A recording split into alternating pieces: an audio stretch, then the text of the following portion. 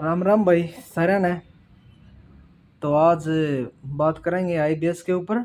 IBS क्या है और इसका इलाज। आईबीएस मतलब ये मत समझो कि हमारा पेट खराब है, नहीं, हमारा दिमाग खराब है।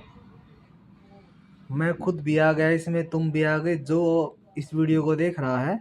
ये बात को दिमाग में फिट बिठा लो, हमारा पेट नहीं, हमारा दिमाग ज़्यादा खराब है।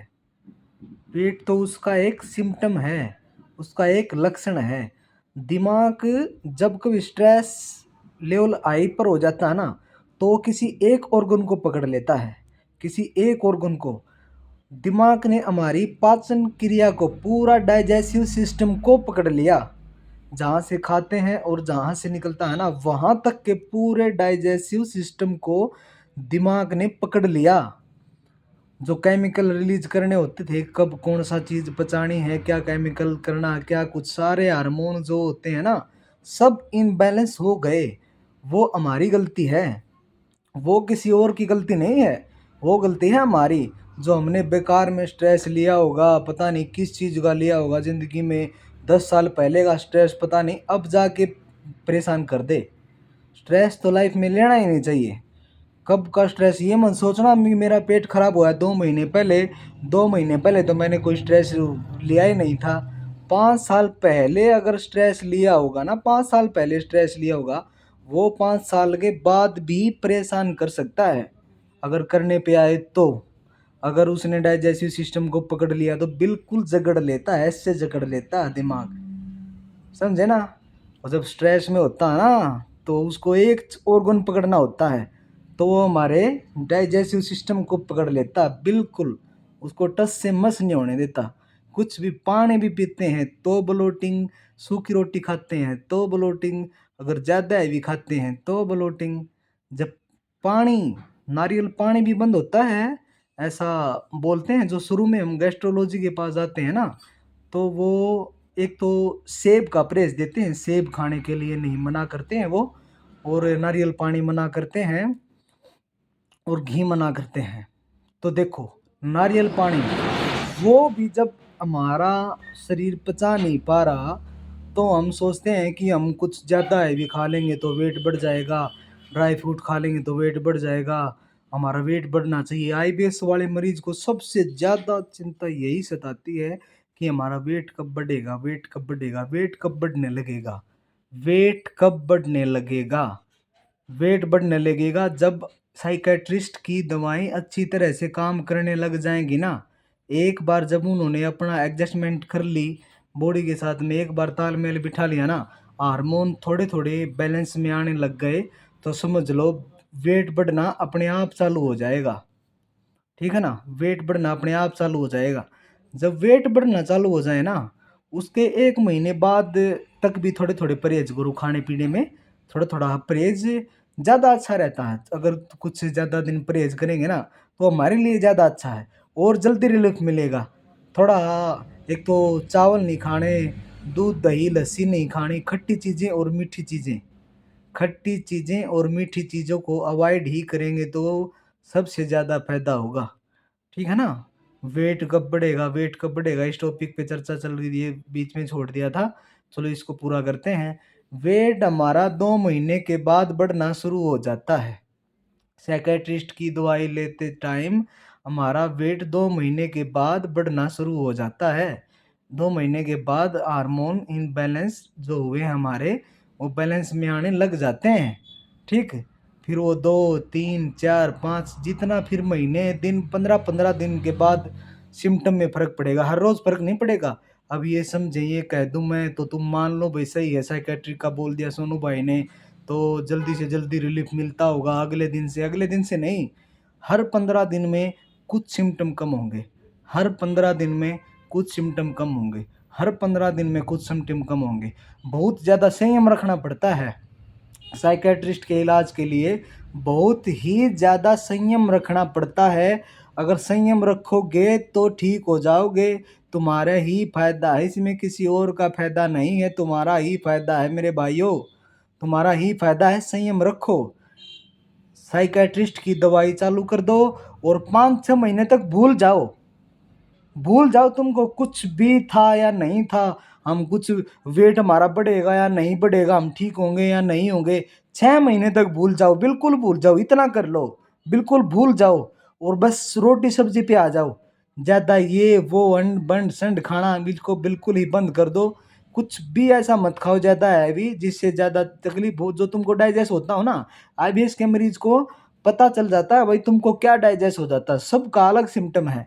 मेरा अलग चक्कर था, मेरे को कुछ चीज़ें डाइजेस्ट नहीं हो पाती थी, तुमको कुछ चीज़ें डाइजेस्ट नहीं हो पाएंगी, क्या पता वो मेरे को डाइजेस्ट हो जाए, क्या पता वो तुम मेरे जो डाइजेस्ट होगी वो तुमको डाइजेस्ट ना हो पाए, वो एक अलग मैटर है, वो अपना देखना पड़ता है सभी को। जो आराम से पच जाए ना वो चीज़ें ही खाओ, वो चीज़ें ही ऐड करो अपने खाने में। सुबह शाम जो भी खाना हो वो कुछ भी हो सकता है वो, क्या पता तुमको पनीर ही शूट करने लग जाए। ये तो कहने की बात है भाई, पनीर तो नहीं खाना है, वैसे बोलने की बात है भाई, क्या पता क्या सूट करता हो, बॉडी टू बॉडी अलग अलग होता है, सभी में अलग सिम्टम होते हैं, सब में थोड़े थोड़े चेंज होते हैं। आईबीएस एक होता है, मेडिसिन एक ही होती हैं, पर सिम्टम थोड़े थोड़े बॉडी टू बॉडी अलग अलग होता है भाई। किसी का कुछ, किसी का कुछ, किसी के शरीर में कुछ प्रॉब्लम हो जाती है, किसी की कोई सेक्सुअल वीकनेस ज़्यादा हो जाता है, किसी को प्रॉब्लम नहीं होती, किसी को ब्लोटिंग ज़्यादा होती है, किसी को ब्लोटिंग कम होती है, किसी को डायरिया होता है, किसी को कॉन्स्टिपेशन होता है, ठीक है, किसी को यूडीएफ आता है, किसी को यूडीएफ नहीं आता है, किसी को म्यूकस आता है, किसी को म्यूकस नहीं आता है। तो ये अलग सिम्टम है। वेट जब टूटने लग जाए ना तो समझ लेना म्यूकस नहीं आ रहा है ना, तो भी वो म्यूकस आ रहा है, वो दिखाई नहीं दे रहा, पर वो दिखाई नहीं दे रहा है, वो म्यूकस जरूर आ रहा, दिखाई नहीं दे रहा, चिकनापन आ रहा होगा। चिकनापन जब आने लग जाएगा या म्यूकस आने लग जाएगा तो वेट लॉस अपने आप होने लग जाएगा। आईबीएस में, आईबीएस की पहचान है ये, इसमें वेट अपने आप फिर स्टेज होती है। आईबीएस की शुरुआत में अगर हम बीमारी पकड़ नहीं पाते, पर आईबीएस की शुरुआत में कोई भी पकड़ नहीं पाता, बिल्कुल लुटने के बाद पता चलता है साला इसकी माँ की कि आईबीएस है। बिल्कुल लुटने के बाद, जब लुट जाते हैं ना, अच्छी तरह से लुट जाते हैं न्यूरोथेरेपी वाले, आयुर्वेदिक चंडीगढ़ आयुर्वेदा उस वाले। अमन नाम होगा शायद। क्या बात थी भाई, अमन तमन्ना था। क्या काम था मोटरसाइकिल लेनी थी उसको, मोटरसाइकिल खड़ी कर रहे थे। भाई? वो जम जा रहा है, थोड़ी देर में आइए, जम जा रहा है तो आइए 5:30 बजे ही, ठीक है ना और मैं काम छोड़ कर आया था यार। भाई? 5:30 बजे मैं कुछ काम लग रहा हूँ, फोन में भी क्वाड बंद कर दे, फिर आइए थोड़ा, कर दे क्वाड बंद कर दे रहे हो। हेलो, हाँ भाई, आ जाओ आ जाओ आ जाओ, कुछ थोड़ी प्रॉब्लम हो गई, कोई बंदा आ गया था, तो यही बता रहा हूँ मैं। आईबीएस में लूटने से बच जाओ, लूटने पिटने के बाद पता चल सकता है। एक वो चंडीगढ़ आयुर्वेदा वाला भी बड़ा अच्छा वैद्य बन रहा है, ये हिम्स वाले भी, वो आया हुआ है ना एक, मोदी की तरह जैकेट पहन के बंदा आता है, मोदी की तरह जैकेट पहन के आता है, ये खाओ वो खाओ, कच्चे पत्ते खाओ, कच्ची हल्दी खाओ, ये खाओ वो खाओ, देखो आता है एक, उसके पास भी मैं मस्त लुटा हूँ, बिल्कुल इसकी माँ की आँख, बहुत लुटा हूँ उसके पास भी, जबरदस्त कति, मस्त पैसा भेजा, और पैसा भेजने के बाद एकदम हौसला आ गया। दवाई भेजी ना जब उन्होंने, इतना इतना अड़ंगा हा दिया, फूस सा, जैसे घास फूस होती है ना, उसकी चाय पीनी थी, और दवाई दी अलग अलग तरह की, गैस की पता नहीं क्या क्या, बोले कि 15 दिन में ही क्योर हो जाओगे, आपका पेट का ये बैलेंस वो बैलेंस, वो ये पता नहीं वात पित्त कफ ये वो हो गया, इनबैलेंस हो गया, इसीलिए प्रॉब्लम आ गई, फलाना ढिमकाना, ये वाट लगा के रखे हैं, बिल्कुल बिल्कुल ऐसा प्रोग्राम कर दिया भाई, बिल्कुल वाट लगा दिया हर चीज की। ये वात पित्त कफ ने तो बिल्कुल माँ छोड़ के रख दी आईबीएस के मरीजों की, ये तो बिल्कुल बिल्कुल बर्दाश्त से बाहर बातें हो जाती हैं यार, कभी कभी तो हंसी आती है ऐसा देख के, माँ देख क्या बातें। अब मैं सोचता हूँ कि मैं देख कितना पागल था, किस किस चीज़ों पे विश्वास कर लिया था, हिम्स वाले पे विश्वास कर लिया था, चंडीगढ़ आयुर्वेदा वाले पे विश्वास कर लिया था, सूरत वाले न्यूरोथेरेपी वाले पे विश्वास कर लिया था, दिल्ली वाले न्यूरोथेरेपी पे विश्वास कर लिया था, जो मेरे गांव में डॉक्टर है उसके ऊपर विश्वास कर लिया था, एक और आयुर्वेदिक कोई उसकी कुपोषण की दवाई देता था, एक वैद्य था देसी वैद्य मेरे गांव में, उस पे मैंने जबरदस्त विश्वास किया, उसने देखते ही बोला कि तेरे को मैं बिल्कुल ठीक कर दूंगा, बिल्कुल ऊपर नीचे आगे पीछे से बिल्कुल ठीक कर दूंगा तेरे को। मैंने सोचा कि भाई सही अब पकड़ में आ गई बीमारी। उसने मेरी वो बैंड बजा दी। वो उम्र में बड़ा था बहुत ज़्यादा, वरना माँ कसम मैं उसको इतना पीटता, वो मार मार के उसका बुरा हाल करने वाला था। वो उम्र में ज़्यादा बड़ा था, मैंने उसकी शर्म की और मैं आँख बंद करके अपने गुस्से को कंट्रोल करके बस ऐसे ही ऐसे बैठ गया। मैं तूने तो मेरी वाट लगा दी, बिल्कुल बैंड बजा के रख दी माँ। उसने बहुत ज़्यादा बीमारी बढ़ा दी थी, उनकी उसकी जो टैबलेट थी ना, उसने मेरी ऐसी एसिडिटी और उल्टी इतनी ज़्यादा बढ़ने लग गई थी। मेरी उल्टी 6-7 महीने में जाके बंद हुई थी। पता नहीं क्या क्या चीज़ें उससे बंद हुई थी। फिर मैंने, हाँ हाँ, उल्टी अगर ज़्यादा पड़ती हो ना, कच्चा कच्चा ऐसे खाने के बाद कच्चा कच्चा हम मन होता हो, ऐसे उल्टी गिरने का मन। इसमें धनिया, पुदीना और एक तो तुलसी होती है, एक तुलसी के रूप में दूसरा फॉर्म में होता है, उसका नाम याद नहीं आ रहा, वो और अनारदाना, ये 4 चीज़ों की चटनी बना के ये खाता था मैं। 1 चम्मच बना के ऐसे खा लेता था। देखो, पुदीना, हरा धनिया और तुलसी से जो दूसरा रूप होता है ना, तुलसी के जैसा ही होता है, बिल्कुल सेम तुलसी के जैसा। मरवा बोलते हैं हरियाणा में उसको, मरवा बोलते हैं, मरवा। मरवा का पौधा, मरवा का पौधा यूट्यूब पे सर्च कर लेना। देखो, हरा धनिया, पुदीना, मरवा और अनारदाना, इसकी चटनी बना के खाने से हमारी जो इधर एसिडिटी ज़्यादा होती है ना, उसको ठीक कर देगा और हमको भूख लगने लग जाएगी इससे। ये बड़ा अच्छा तरकीब है, ये आजमा के देखना। सभी जितने भी आईबीएस के मरीज है ना, ये आजमा लो, साथ के साथ में भूख लगने में बड़ी अच्छी मदद होगी, बड़ा अच्छा पाचन क्रिया बड़ी अच्छी वर्क करेगी।